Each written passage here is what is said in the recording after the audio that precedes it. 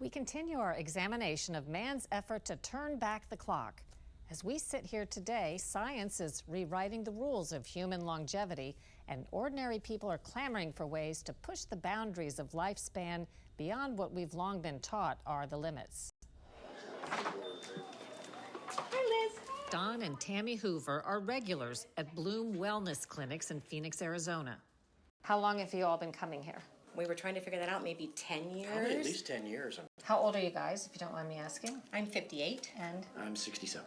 you guys look good. What are your thoughts about growing older? Quality of life. Quality of life and how, I mean, as we age, it doesn't get easier. And so as much as we can do to preempt that or to take care of ourselves, be proactive rather than reactive. So we're going to start the pellet insertion here. Okay. Today, nurse practitioner Carly Larson, owner of Bloom Wellness, is inserting under Tammy's skin a rice-sized pellet containing crystallized hormones. The pellet will slowly dissolve for a steady release. So this is painless procedure, of course, once we get the lidocaine in there. Doesn't take very long. What is a wellness clinic? So the wellness clinic, we focus on mostly hormone replacement therapy, but we also focus on anti-aging treatments. So it's a wide range of services, but mostly preventative and longevity services. Longevity, or a long lifespan, has long been a holy grail. Eternal youth, a constant theme in popular culture.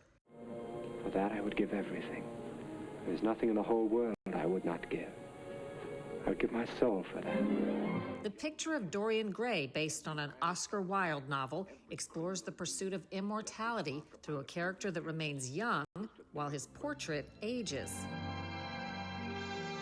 The 1985 film Cocoon examines the allure of immortality through a group of seniors in Florida who stumble upon a swimming pool infused with alien life force that restores their youth. We'll never be sick. We won't get any older, and we won't ever die. Today, with the over 65 population rapidly approaching 1 billion, the quest to enhance and extend life has stepped out of the movies and permeated mainstream medicine. Is there a trend toward people looking for what we might call wellness or longevity information? I definitely think that there's more people on the trend of trying to live longer, be more proactive with their health, things like that. What are you hearing from them that they're not getting from other doctors? They're being told that, oh, you're just depressed. That's normal. That's a normal part of aging. So they just kind of wipe it under the table, and they're not really listening to the patient or treating the patient appropriately, to be honest. And that's when they come over here, is because their primary care isn't really listening to them. A lot of them are healthy coming in, and they want to do what they can to live longer, to be their healthiest person.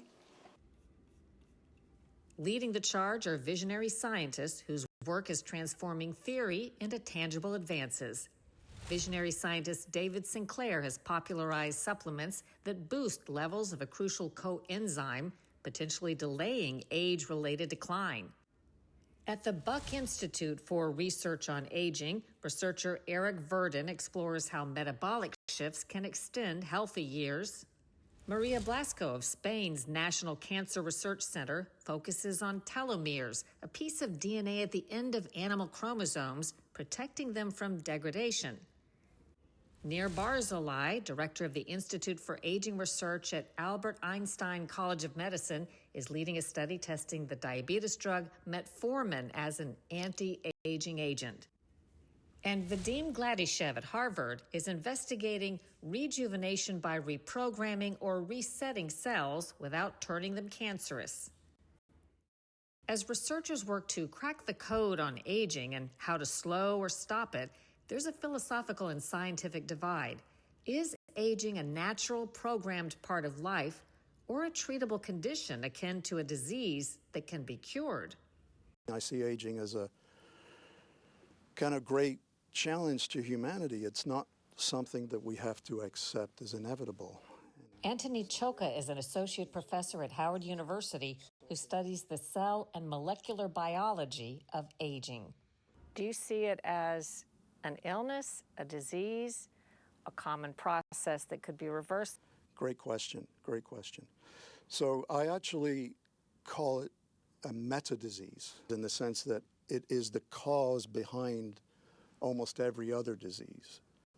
So it's like the molecular damage, the DNA mutations, the telomere loss, even the epigenetic changes accumulate over a lifespan and lead to these diverse diseases, but they're all really being caused by aging. So it's like the generative mechanism behind all of them. It's the cause, and the diseases are the effect.